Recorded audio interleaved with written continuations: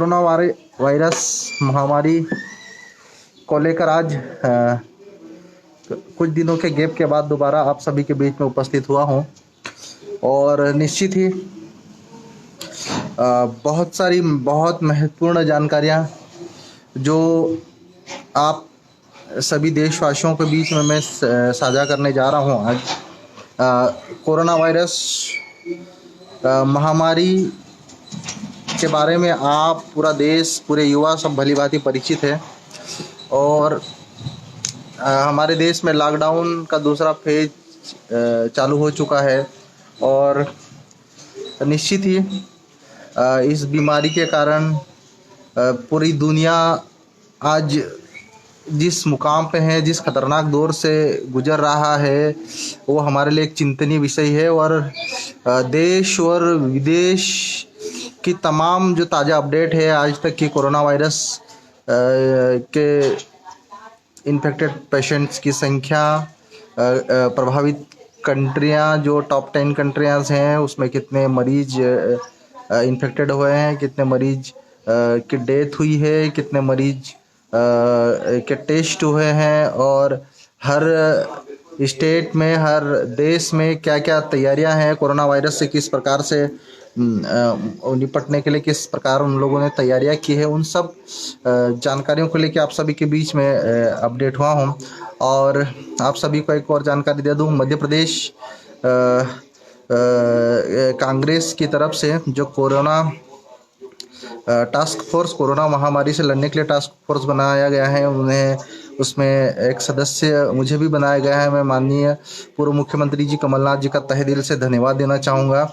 और निश्चित ही हम मध्य प्रदेश की वर्तमान सरकार जो शिवराज सिंह चौहान जिसके माननीय मुख्यमंत्री जी हैं, उस पर बार बार हमने भी सवाल उठाए, मैंने भी कई बार ट्वीट किए हैं कि मध्य प्रदेश में बिना मंत्रिमंडल के, बिना स्वास्थ्य मंत्री के प्रदेश सरकार काम कर रही है और निश्चित ही कोरोना वायरस की तैयारियों में कहीं ना कहीं पिछड़ रही है। उसके लिए मध्य प्रदेश सरकार पर हमने भी सवाल उठाए थे। माननीय मुख्यमंत्री जी ने मंत्रिमंडल का गठन किया गया है और स्वास्थ्य मंत्री, गृह मंत्री, खाद्य मंत्री और जल संसाधन मंत्री, आदिम जाति कल्याण मंत्री का गठन भी किया है। उसके लिए मध्य प्रदेश सरकार और माननीय मुख्यमंत्री जी शिवराज सिंह चौहान जी का धन्यवाद। लेकिन ये निश्चित ही सुप्रीम कोर्ट के आदेश और 164 के अनुसार जो मिनिमम 12 मंत्री होना चाहिए उसमें मिनिमम इन्होंने 5 ही मंत्री बनाए। उसके लिए हम सवाल भी उठा रहे हैं। हमारे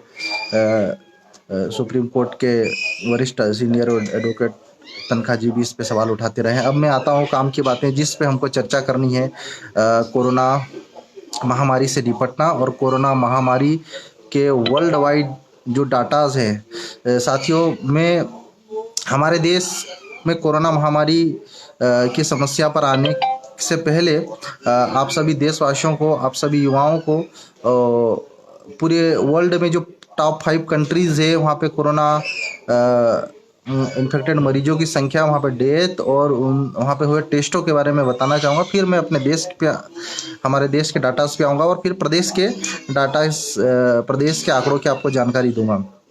एक डॉक्टर होने के नाते बहुत सारी जानकारियां आप लोगों को देना चाहूँगा। मैं समय समय पे फेसबुक लाइव के माध्यम से आप सभी के बीच में जागरूकता, कोरोना महामारी इस लॉकडाउन के दौर में सोशल मीडिया का जितना हम फ़ायदा उठा सकते हैं उठाने की कोशिश कर रहे हैं और आप लोगों तक एक मैसेज देने की कोशिश कर रहे हैं कि इस महामारी से बचे, जितना बच सके वही इस महामारी का एक बचाव का एक तरीका है। क्योंकि दुनिया में अभी तक, आज तक 23 अप्रैल की तारीख तक दुनिया में कोई भी ऐसा वैक्सीन नहीं बना, न ऐसी कोई कारगर दवा बनी है जो कोरोना महामारी से हमको बचा सके।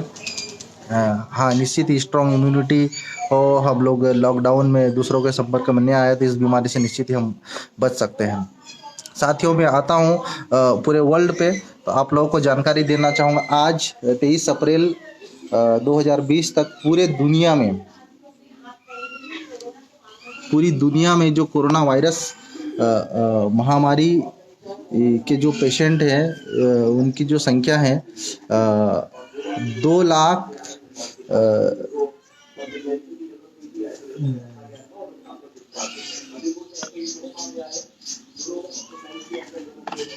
पूरी दुनिया में जो मौतें हुई है उसके बता दूं पहले तो, सॉरी, माफ़ी चाहूँगा। हाँ, पूरी दुनिया में जो अभी तक मौत हुई है 1,84,235 लोगों की डेथ हुई है। और पूरे वर्ल्ड में आज की तारीख तक 26,38,024 मरीजों की संख्या हुई है। और इसमें से 7,21,434 मरीज रिकवर हुए हैं इस महामारी से। निश्चित ही 26 लाख एक बड़ा आंकड़ा है पूरे वर्ल्ड में कि और इस बीमारी के कारण जो टॉप 10 कंट्रीज़ है जो सबसे ज़्यादा प्रभावित हुई है, सबसे ज़्यादा इस महामारी से कोरोना वायरस महामारी से संक्रमित हैं, जहाँ पे पेशेंट में उन कंट्रीज़ के नाम भी बताना चाहूँगा। यूनाइटेड स्टेट ऑफ अमेरिका, वहाँ पर अभी तक 8,49,092 पेशेंट आज की डेट तक हैं। 8 लाख मरीज मोटा मोटा 8 लाख से ज़्यादा हो गए हैं। और वहाँ पे नंबर ऑफ डेथ हुए हैं 47,681 लोगों की अमेरिका में अभी तक डेथ हुई है। अमेरिका में कुल 43,25,342 लोगों का टेस्ट हुआ है। उसमें से निश्चित ही 43 लाख में से 8,49,000 लोग पॉजिटिव निकले हैं। दूसरे नंबर पे आता है स्पेन, जहाँ की कोरोना इन्फेक्टेड पेशेंट्स की संख्या है 2,08,390। और वहाँ पर डेथ हुई है 21,717। स्पेन दूसरे नंबर पे है दुनिया में। और यहाँ पे टोटल नंबर ऑफ जो टेस्ट हुए हैं 93,230। तीसरे नंबर पे जो आ रहा है इटली में जो टोटल नंबर ऑफ पेशेंट जो है 1,87,327। ये इटली में टोटल नंबर ऑफ पेशेंट्स जो इन्फेक्टेड है। और 25,085 मरीजों की यहाँ पर डेथ हुई है। और यहाँ पर इटली में 15,13,251 मरीजों के टेस्ट हुए हैं। फ्रांस की बात करते हैं, चौथे नंबर पे फ्रांस आता है। फ्रांस में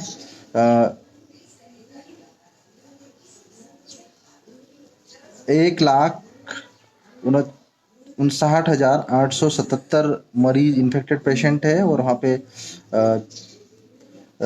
5,315 लोगों की डेथ हुई है। वहाँ पे 4,63,662 पेशेंट की टेस्ट हुए। ये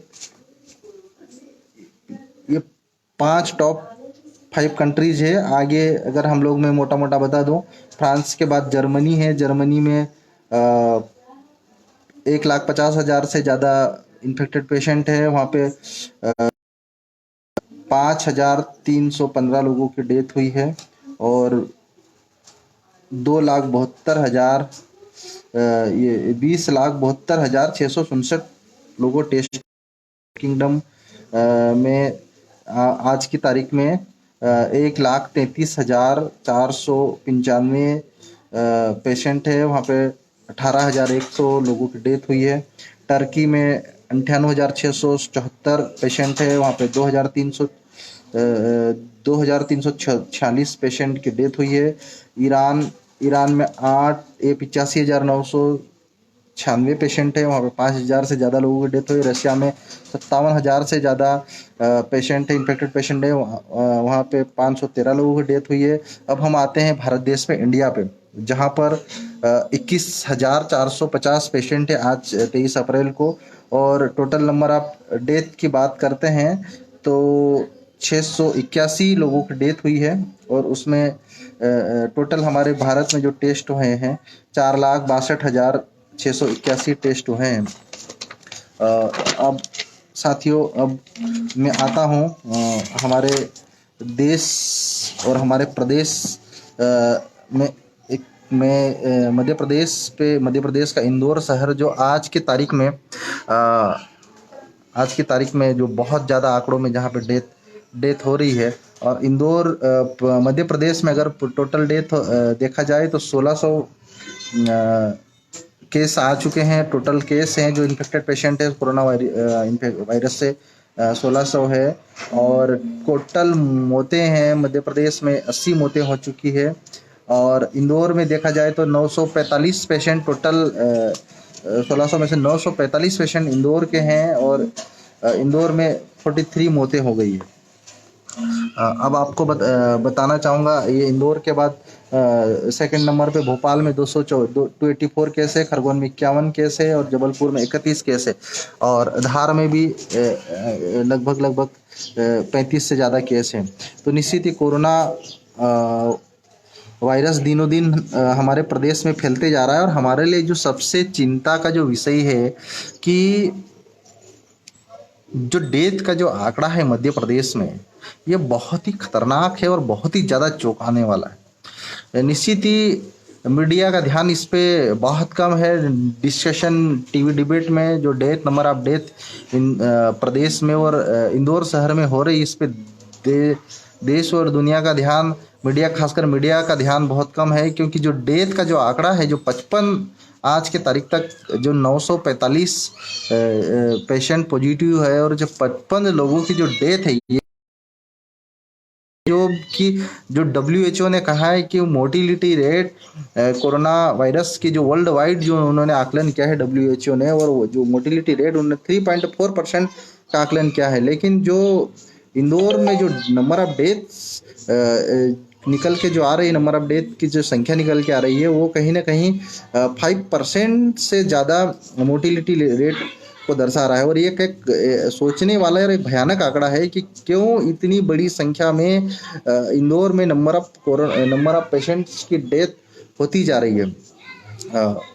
ये हमारे लिए एक चिंता का विषय है कि नंबर ऑफ डेथ इतनी बड़ी संख्या में जो इंदौर शहर में हो रही है। क्या कमियां ऐसी है, क्या शासन अपनी शासन के प्रयासों में कोई कमी है, या क्या सरकार इंदौर में हो रही डेथों को लेके गंभीर नहीं है? क्या अस्पतालों में ऐसी कोई कमियां है जिसके कारण ये नंबर ऑफ डेथ इतनी ज़्यादा संख्या में हो रही है? हम लोग के लिए, प्रदेशवासियों के लिए और देशवासियों के लिए एक चिंतनीय विषय है कि इतने कम समय में 5% से ज़्यादा मोर्टिलिटी रेट कोरोना पेशेंट्स की डेथ हो रही है। एक चिंता का विषय है, इस पर चिंता करना चाहिए।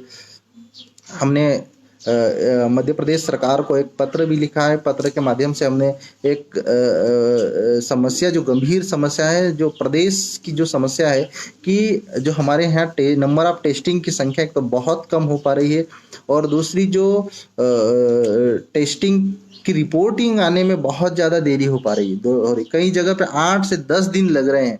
कल भोपाल जुड़ा गांधी मेडिकल कॉलेज के जूनियर डॉक्टर एसोसिएशन के प्रेसिडेंट से बात हुआ। उनका कहना था कि वहाँ पे भी 5 डॉक्टर्स गांधी मेडिकल कॉलेज के कोरोना इन्फेक्टेड पाए गए हैं, जिसमें 3 सीनियर रेजिडेंट डॉक्टर हैं।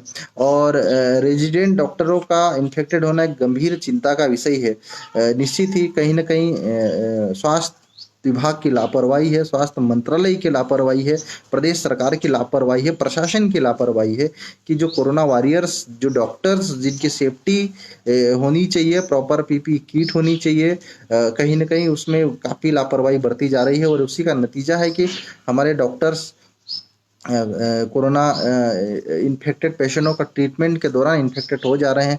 हमारे लिए एक और गंभीर चिंता का विषय है कि इंदौर में कल 22 अप्रैल की तारीख में 2 स्टाफ नर्सेस की डेथ हुई है। ये भी एक चिंता का विषय है कि कोरोना वॉरियर्स की डेथ हो रही है और कहीं ना कहीं हम लोग उसको रोक पाने में असफल साबित हो पा रहे हैं। जो मध्य प्रदेश सरकार से जो हमने पत्र के माध्यम से जो सवाल उठाए थे कि हमारे जिले जो मालवा निमाड़ के खासकर धार, झाबुआ, बड़वानी और खरगोन, यहाँ पे दिनों दिन नंबर ऑफ इन्फेक्टेड पेशेंट्स की संख्या बढ़ती जा रही है और टेस्टिंग की जो रिपोर्टिंग आने में जो देरी हो रही है, निश्चित ही हमारे लिए चिंता का विषय है कि 8-8 दिनों में टेस्टिंग की 8-8 15-15 दिनों में टेस्टिंग की रिपोर्ट आ रही है। गंभीर चिंता का विषय है। इस पे प्रदेश सरकार को सोचना होगा, क्योंकि जितना जल्दी टेस्ट करेंगे उतना ही जल्दी हम कोरोना इन्फेक्टेड पेशेंट्स का पता लगा पाएंगे। और उससे भी बड़ी चुनौती हमारे सामने है कि जो कोरोना कैरियर्स जो कि एसिम्टोमेटिक है और एसिम्टोमेटिक एसिम्टोमेटिक के दौरान जो इन्फेक्शन फैला रहे हैं वो हमारे लिए एक गंभीर चिंता का विषय है। एसिम्टोमेटिक कैरियर्स वो होते हैं जो इन्फेक्टेड होने के बाद में कि इन्फेक्शन तो फैलाएंगे लेकिन उनके सिम्टम्स आने में देर लगेंगे। और एसिम्टोमेटिक कैरियर जो इंक्यूबेशन पीरियड का टाइम है, इंक्यूबेशन पीरियड भी कोरोना वायरस का incubation period world wide very क्या गया है। स्टैंडर्ड जो माना गया है अभी तक 0 to 14 डेज तक का माना गया है, लेकिन चाइना में कुछ पेशेंट्स का 28 डेज तक भी इंक्यूबेशन पीरियड आया है। तो निश्चित ही जिस प्रकार कोरोना वायरस समय समय पर जो म्यूटेशन के माध्यम से अपना रूप बदल रहा है और अभी तक कई कोरोना वायरस अपना रूप बदलता जा रहा है और उसी प्रकार इसका इंक्यूबेशन पीरियड भी वेरी कर रहा है, अभी तक कोई फिक्स नहीं है। तो निश्चित ही यह हमारे लिए एक चिंतनीय विषय है। डब्ल्यूएचओ ने हाल ही में हमें चेताया भी है कि बहुत जल्दबाजी नहीं करनी चाहिए, आने वाला समय और खतरनाक है। तो निश्चित ही इस महामारी से डरने का समय तो है ही, लेकिन इससे मुकाबला करें और मुकाबला किस तरह से करें वो हमारे लिए एक चुनौती है। और मुकाबला करने के लिए, इस बीमारी को हराने के लिए, इस वायरस को हराने के लिए, इस खतरनाक जो कोरोना वायरस है जो पूरी दुनिया के लिए एक सिरदर्द बना हुआ है और एक महामारी का रूप ले चुका है, इसको हराने के लिए जो हमारे लिए सबसे बड़ी चुनौती है कि जो रैपिड टेस्टिंग जल्दी से जल्दी और रैपिड रिपोर्टिंग चाहिए हमको, रैपिड ट्रीटमेंट चाहिए, तभी हम लोग इस महामारी को हरा सकते हैं। लेकिन जिस जिस प्रकार से मध्य प्रदेश में जो ढीलापन चल रहा है और इसके टेस्टिंग की रिपोर्टिंग आने में और नंबर ऑफ टेस्ट जो बहुत कम संख्या में हो रहे हैं, अभी भी आज खबर में आ रही है, न्यूज में आया है कि कहीं 8,000 से ज़्यादा पेंडिंग केस रिपोर्टिंग के पेंडिंग केस पड़े हुए, जो एक हमारे लिए चिंता का विषय है कि हम लोग रिपोर्टिंग में क्यों देरी हो रहे हैं, हम लोग किस कारण से रिपोर्टिंग नहीं, क्योंकि इन्फेक्टेड पेशेंट एक दूसरे में फैलते जा रहा है और जब तक हम उस वायरस से इन्फेक्टेड मरीज का पता नहीं लगाएंगे निश्चित ही तब तक हम लोग उस बीमारी को हरा पाना हमारे लिए नामुमकिन है। डब्ल्यूएचओ ने कहा भी है कि लॉकडाउन एक कदम हो सकता है कोरोना वायरस इन्फेक्शन को रोकने में, लेकिन ये समाधान नहीं है। इसका समाधान पे पहुंचने के लिए हमको नंबर ऑफ इन्फेक्टेड पेशेंट को किसी भी कीमत पर पहचानना पड़ेगा, उनको आइडेंटिफाई करना पड़ेगा और उनको ट्रीटमेंट देना को एक बड़ा सवाल है कि हमारे प्रदेश के इंदौर में नंबर ऑफ डेथ की संख्या क्यों, इस पे प्रदेश सरकार को निश्चित ही इस पे चिंता करना चाहिए, इस पे गहन चिंतन होना चाहिए। और प्रदेश सरकार को, प्रशासन को और स्वास्थ्य मंत्रालय को, अभी तो हमारे प्रदेश में स्वास्थ्य मंत्री भी बन गए हैं नरोत्तम मिश्रा जी, और उनसे भी मैं चाहूँगा, अनुरोध करना चाहूँगा कि जो नंबर ऑफ डेथ इंदौर शहर में हो रही है उसको रोकने के लिए कारगर कदम जल्द से जल्द उठाई जाना चाहिए। क्योंकि जिस प्रकार लगभग 1,000 पेशेंट्स पे 55 से ज़्यादा जो डेथ हो गई है वो हमारे लिए एक बहुत चिंतनीय विषय है और इस पे चिंता करने की ज़रूरत है। और लॉकडाउन का जो सेकंड फेज चल रहा है, सेकंड फेज में बहुत सारे छुट्टी भी मिली है, लेकिन निश्चित ही जहाँ पे जो देश और प्रदेश में हॉट स्पॉट्स आइडेंटिफाई किए गए वहाँ पे और लॉकडाउन बढ़ाए जाने की भी संभावना चल रही है। तो निश्चित ही जहाँ पे हॉट स्पॉट्स है, जहाँ पे नंबर ऑफ पेशेंट्स मिले हैं, हमको वहाँ पे बढ़ाना ही चाहिए लॉकडाउन, ताकि कम से कम संपर्क में आए और कम से कम लोगों में यह इन्फेक्शन फैले। अब मैं बात करना चाहूँगा कोरोना वायरस से निपटने के लिए जो लॉकडाउन के दौरान जो हमारे देश का सबसे जो गरीब वर्ग है, जो मजदूर वर्ग है, आज देश के कई हिस्सों में जो मजदूर वर्ग है भूखमरी के कगार पे पहुंच गए हैं। जो दिहाड़ी के मजदूर है, जो 2 वक्त की रोटी सिर्फ पर डे मजदूरी करके खाते थे, उनके लिए एक बड़ा चिंतन का विषय है। भले ही राज्य सरकार ये कह रही है कि हम सबको खाना पहुंचा रहे हैं, लेकिन निश्चित ही सब तक खाना नहीं पहुंच पा रहा है। आए दिन खासकर गरीब वर्ग है, जो मजदूर है, आदिवासी है, उनके सामने एक बड़ी चुनौती 2 वक्त की रोटी की पैदा हो गई है। और हाल ही में संयुक्त राष्ट्र ने कहा है कि इस कोरोना महामारी के इस लॉकडाउन के दौर में, इस संकट में पर डे पूरी दुनिया में 3 लोग भूख से मरेंगे। निश्चित ही ये भूख से मरने वालों की संख्या बढ़ रही है। और हम अखबारों में जिस प्रकार छिंदवाड़ा की न्यूज़ छपी थी, दैनिक भास्कर में, टीकमगढ़ में न्यूज़ छपी थी कि वहाँ के आदिवासी घास फूस खाने के लिए जीने के लिए मजबूर है, घास फूस खाकर जीने के लिए मजबूर है। तो कहीं ना कहीं जो प्रयास मजदूरों के लिए होना चाहिए, उनकी व्यवस्थाओं के लिए होना चाहिए, वहीं वहाँ सरकार चूक कर रही है। और दूसरी एक बड़ी समस्या है कि जो लॉकडाउन के दौरान अन्य राज्यों में जो मजदूर वर्ग फंसा हुआ है, खासकर मध्य प्रदेश के जो मजदूर थे, गुजरात में फंसे हुए हैं, महाराष्ट्र में फंसे हुए हैं, राजस्थान में फंसे हुए, उनको लाने के लिए भी सरकार को पर्याप्त कदम उठाना चाहिए। अभी हाल ही में मध्य प्रदेश सरकार ने जो स्टूडेंट्स कोटा में जो फंसे थे, उनको बसों से लाने के लिए भेजा गया और उनको निकाल रही है। एक अच्छा प्रयास है, उनके लिए सरकार को धन्यवाद देना चाहूँगा। लेकिन प्रदेश सरकार, माननीय मुख्यमंत्री जी से ये भी अनुरोध करना चाहूँगा कि जो हमारे मजदूर हैं, हमारे अन्य राज्यों में जो फंसे हुए हैं, और लॉकडाउन का भी कोई निश्चित टाइम नहीं है कि ये कब ख़त्म होगा, क्योंकि जिस प्रकार नंबर ऑफ पेशेंट्स पूरे देश में जो बढ़ रहे हैं, हमारे देश में 20,000 से ज़्यादा केस होने को है। और आज की तारीख में जो हमारे देश में 20,000 से ज़्यादा केस होने को चले हैं, तो निश्चित ही आने वाले दिनों में और भी नंबर ऑफ पेशेंट्स बढ़ने की संभावना है। और जिस प्रकार ये पेशेंट बढ़ रहे हैं, तो निश्चित आने वाले समय में और भी बढ़ेगा लॉकडाउन का समय।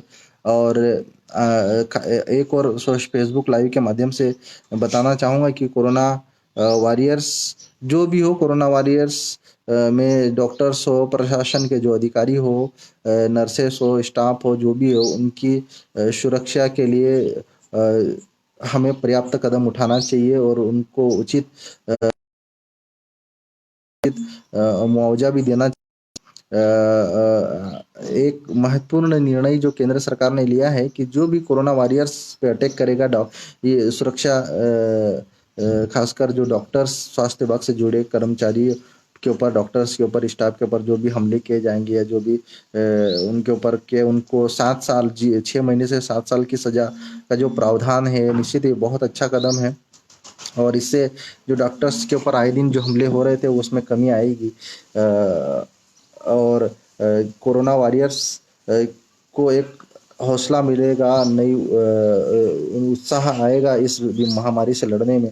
मैं देश के उन बहादुर डॉक्टर्स को, स्टाफ को, नर्सेस को मैं सल्यूट करना चाहूँगा कि इस मुश्किल घड़ी में आप लोग अपनी सेवाएं दे रहे हैं और देश को बचाने के लिए, इस देश के लोगों को बचाने के लिए कड़ा संघर्ष कर रहे हैं। साथियों में कोरोना महामारी के इस मुश्किल दौर में जो भी हमारे विधानसभा वासियों को, क्षेत्रवासियों को जो समस्या आ रही है, खासकर जो किसान भाइयों को, निश्चित ही उनकी फसलें खराब हो रही है। और काफ़ी किसानों को, हमारे क्षेत्र के जो तरबूज विक्रेता थे, जो गन्ना विक्रेता थे, जो सब्जी विक्रेता थे, और उनको काफ़ी परेशानी आ रही है। लेकिन मैं मनावट प्रशासन को और खासकर हमारे जो युवा एसडीएम महोदया है दिव्या पटेल जी को तहे दिल से बहुत बहुत धन्यवाद और उनकी सराहना करता हूं कि इस मुश्किल घड़ी में उनका जो शानदार प्रदर्शन चल रहा है, वो आगे भी चलता रहे।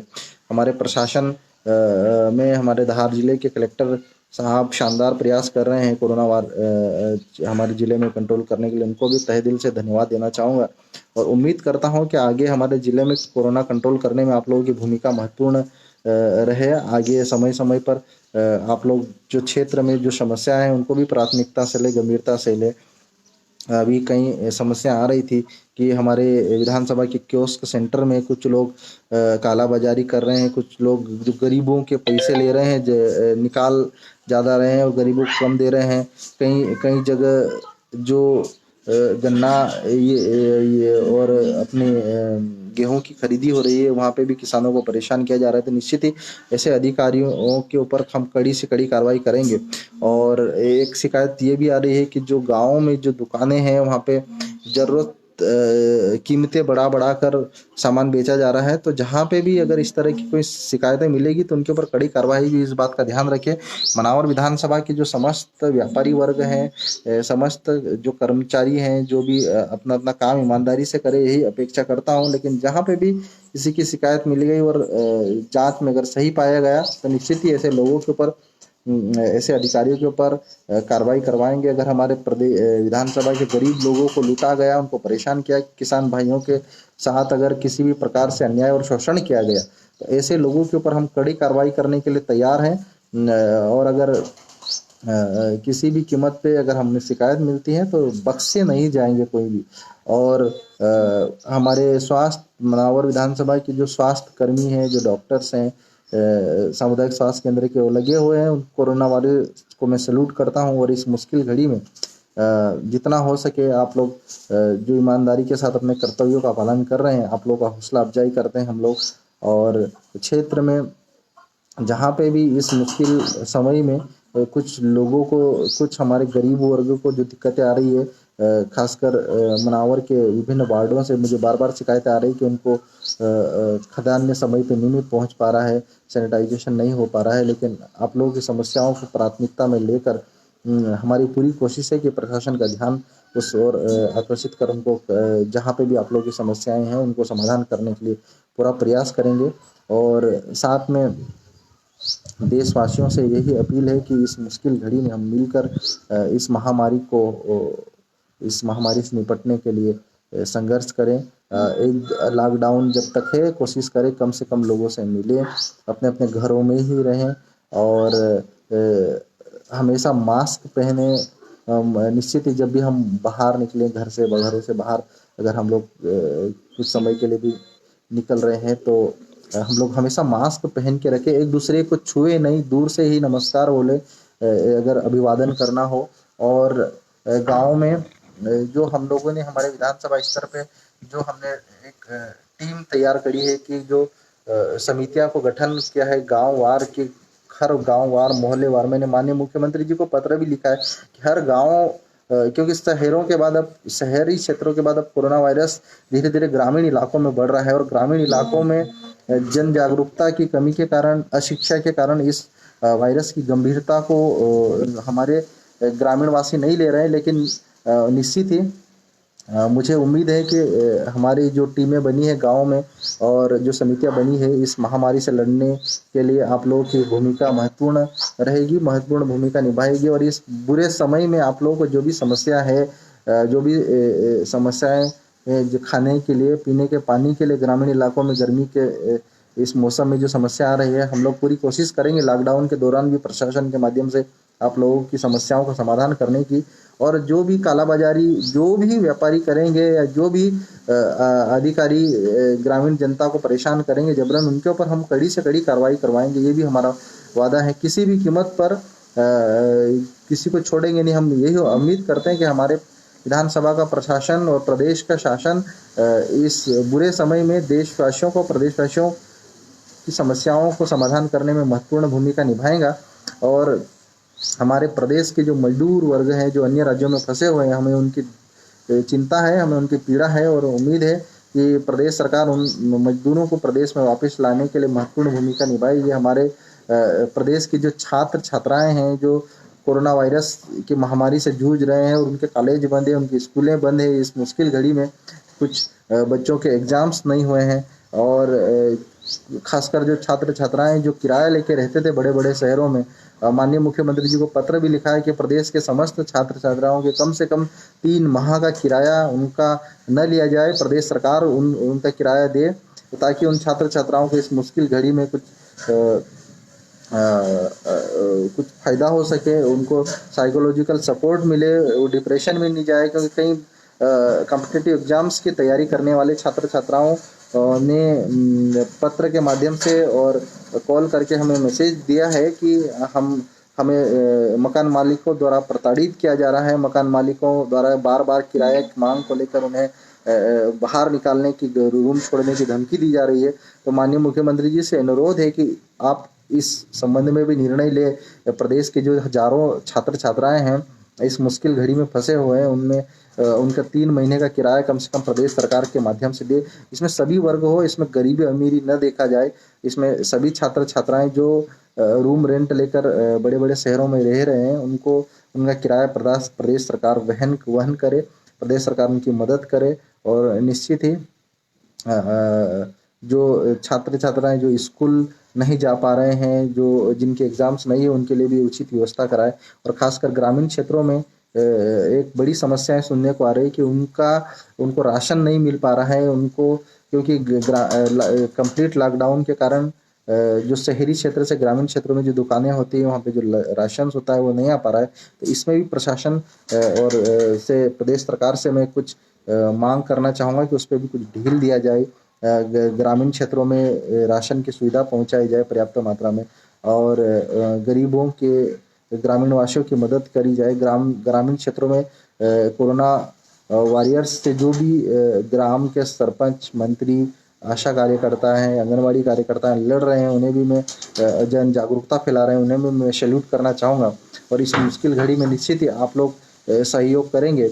और प्रदेश के हमारे माननीय स्वास्थ्य मंत्री जी नरोत्तम मिश्रा जी से अनुरोध है कि प्रदेश में अभी भी प्राइमरी हेल्थ सेंटर, सामुदायिक स्वास्थ्य केंद्र पे आने वाले मरीजों का निरीक्षण करने के लिए और वहाँ पे उनका उचित इलाज करने के लिए, और कोरोना वॉरियर्स में जो भी है उन पर्याप्त मात्रा में ग्रामीण इलाकों में पीपी किट नहीं मिल पा रहे हैं, तो आपसे अनुरोध है कि पीपी किट पहुंचाए। और माननीय मुख्यमंत्री जी से अनुरोध है कि जो धार, झाबुआ, बड़वानी, खरगोन जिला स्तर पे एटलीस्ट कोरोना वॉरियर्स ये कोरोना टेस्टिंग लैब खोली जाए, ताकि जल्द से जल्द इनकी रिपोर्टिंग आए, ताकि ग्रामीण इलाकों में कोरोना वॉरियर्स को फैलने से रोके। क्योंकि अभी आए दिन ग्रामीण क्षेत्रों में जन जागरूकता की कमी के कारण कोरोना वॉरियर्स दिनों दिन फैल रहा है। और निश्चित ही हम लोग लगभग कम्युनिटी स्प्रेड की ओर पहुंच चुके हैं। जैसे कि कुछ दिनों पहले एम्स के डायरेक्टर प्रोफेसर रणदीप गुलेरिया जी ने कहा था कि हम स्टेज 2 और 3 के बीच में है। तो निश्चित ही हम लोग स्टेज 3 कम्युनिटी स्प्रेड की तरफ लगभग पहुंच चुके हैं। और जो हमारे लिए एक बड़ी चुनौती है कम्युनिटी स्प्रेड, इसे रोकने के लिए प्रदेशवासियों को, देशवासियों को और समस्त फाइटर्स को आगे आना पड़ेगा। समस्त युवाओं से, युवा ग्रुप जो आजकल सोशल मीडिया पे काफ़ी सक्रिय रहते हैं, हमेशा फेसबुक, व्हाट्सएप पे लाइव रहते हैं या सक्रिय रहते हैं, उन युवाओं से भी अनुरोध है कि एटलीस्ट अपने अपने गाँव में कोरोना संक्रमण को रोकने के लिए फेसबुक लाइव के माध्यम से, व्हाट्सएप के माध्यम से आप लोग जन जागरूकता के लिए जरूर लोगों को चेताएं कि लोग कम से कम लोगों से संपर्क में आए। जब भी हम बाहर निकले, घर से बाहर निकले, मास्क का प्रयोग करें, सैनिटाइजेशन हो। गाँव हर एक गाँव में लोगों को प्रॉपर पीने के पानी मिलता रहे, उनको राशन मिलता रहे, उनको अनाज मिलता रहे। और जहाँ पे भी अगर किसी प्रकार की जो समस्या है तो आप लोग को हमने मोबाइल नंबर दिए ही रखे हैं, आप समय समय पे सूचित करते हैं और आगे भी करते रहेंगे। साथ ही प्रदेश में कोरोना वायरस से लड़ने के लिए टास्क फोर्स में कांग्रेस की टास्क फोर्स जो बनी है उसमें जो शामिल किया है मध्य प्रदेश के माननीय मुख्यमंत्री जी को तहे दिल से धन्यवाद देना चाहूँगा कि आपने हमें इस लायक समझा कि हम एक सुझाव दे सकें। और निश्चित ही हमारे सुझाव आप तक सोशल मीडिया के माध्यम से और जैसे भी आप पाएंगे हम आप प्रदेश वासियों को सुझाव देते रहेंगे।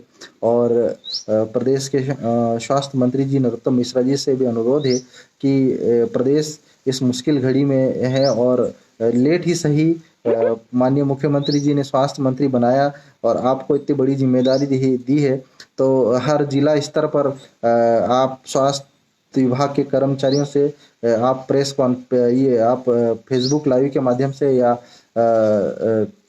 लाइव कॉन्फ्रेंस के माध्यम से जानकारी जुटाएंगे और पीपी किट और अन्य संसाधन, खासकर वेंटिलेटर्स की जो प्रदेश में जो कमी है उस कमी को जल्द से जल्द पूरा करेंगे, ऐसी उम्मीद है। ताकि प्रदेश में जिस प्रकार हम लोग मोर्टेलिटी रेट पूरे विश्व में जो टॉप पे पहुंच रहे हैं, खासकर इंदौर शहर में जो मोटिलिटी हो रही है, तो उस पे कंट्रोल होने में कामयाबी मिल सकेगी।